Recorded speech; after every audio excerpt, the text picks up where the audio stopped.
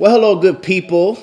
And today we want to revisit a topic because we keep getting this message. We want to talk about the one. The one. Is there such thing as the one? Is there. So you met this girl. So you met this guy. And you're really feeling her. You're really, really feeling him. Like she's fire. Like he is fire. She's dope. He is dope. Like baby girl got it going on. Dude, he got it going on. And so then you start to ask this question. Could this be the one? So we're going to talk about the one. Now, there's 5 types of people. The one scared of marrying the wrong one. The one who thinks they have married the wrong one. The one waiting on the one. And the one that doesn't even believe there is a such thing as the one. And the one that believes there is a one for everybody. Yeah. So we're going to address this statistically and spiritually. First off, from a statistical standpoint, there are roughly 7.7 billion people in the world. So we already have a problem from a math standpoint because there are more women than men. Right. For there to be mathematically a one for everybody, there would have to be like, for there to be a one for everybody, mathematically, there would have to be like 3.9 billion women, 3.8 billion men, and that right there is just not equaling out. So from a math standpoint,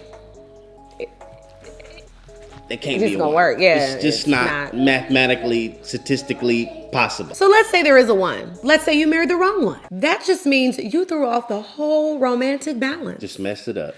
Of the whole world. Everybody's like screwed. History itself has just been altered and it's messed up now. Yeah. Like you were supposed to marry Doug, but you ended up marrying Daniel. And he was supposed to marry Janelle, but he ended up marrying Michelle. And then Michelle, right? Michelle married him, but she was really supposed to marry David. Franklin. No, Franklin. Oh, Franklin. She was supposed to marry Franklin. Yeah. Franklin was supposed to marry Sheena. To who? To Sheena. Right. Yeah, they Since just you all married the wrong one, people. You just threw off the whole romantic Everybody balance of the messed up. world. Everybody messed up. Everybody. You with the wrong people. You got the wrong degree. Having wrong babies. Having wrong babies in the wrong church, wrong neighborhood, wrong. She may not be the one. I might supposed to be with a Brittany, and you supposed to be with a Tyrone. I don't even know if you're the right one. I don't know about no Tyrone. Y'all messed it up. Thanks a lot.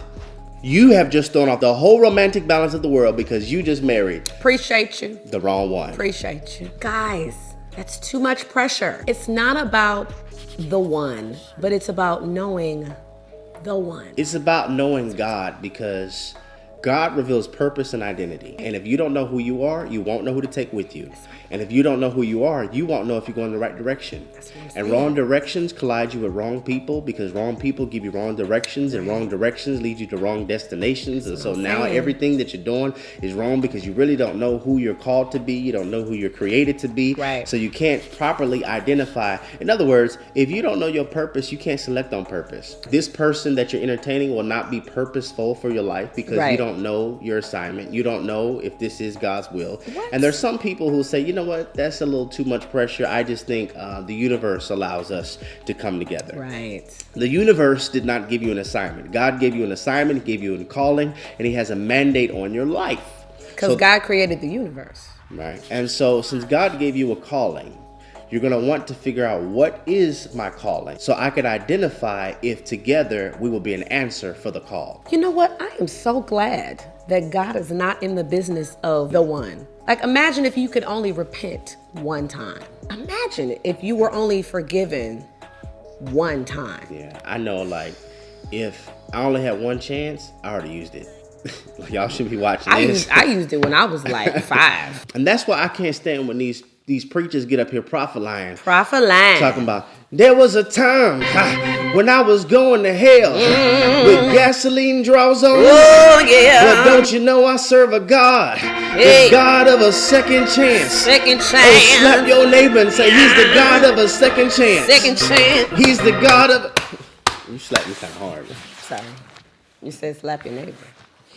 I was feeling it. He's a God of chance. After chance. Listen. After chance. Infinity After chance. chances. After chance. Give me a beat. After chance. After chance. What? A beat. After chance. After chance. Give me a beat. After chance. After chance. After chance. After chance. Give me a beat. After chance. After chance. What? So here's the thing. We never can confuse grace as a permission slip for getting by. So if it's not about the one, what is it about? It's about the will. God's will, His will for your life. That's good. And if that is what you're pursuing, God's will for your life, when someone is in your life and a relationship comes together, then you're thinking, will this complement God's will or will this contradict God's will? Will this help my purpose or will this hurt my purpose? Can I go into destiny with this person or I can't see this person in destiny along with me? Not necessarily a one single person. Is this the will and will it complement? So therefore, this is kind of encouraging and freeing, because let's say you feel as though you missed the one. Right. How could you miss the will if you're in it? I believe you serve a God that He has a will for you. Right. And if you're purposely seeking out, carrying out God's will, let's say you made a bad choice. Right. There's going to be another opportunity in your life where you're going to have an opportunity to fulfill an assignment, fulfill a calling, or a mandate. Right. He's not the God of just one chance. You better not mess up one time. Right. You better get it right one time. Jesus already did that. Please don't misconstrue what we're saying. Shall we continue on in sin so that grace may abound? Surely not. Surely not. We understand that because we have this freedom, it does not mean we use it as a permission slip. Right. Grace is not a permission slip of getting by. Right. This webisode is for the purpose of those who feel as though I missed it, I don't know if I'll ever have it, or is there a one for my life? Right. And we want to encourage you, there is a will. Right. Meaning there is an assignment. Yes. And once you know your assignment, you can identify who complements and who contradicts. Right. And shameless plug, she's launching this Wife Academy spring semester. And one of the sessions in there is what to do if you think you married the wrong one. Because I know that's going to be in the comment section. Enroll in Wife Academy. You'll be able to figure out. It's 9 weeks, 18 sessions. Shameless plug. Check it out. It's Redefined TV. We're redefining relationships righteously. Now, hold on. There's also one for men. Return to Kings. Oh, sorry. Y'all need a husband academy. We own it. Redefine relationships righteously.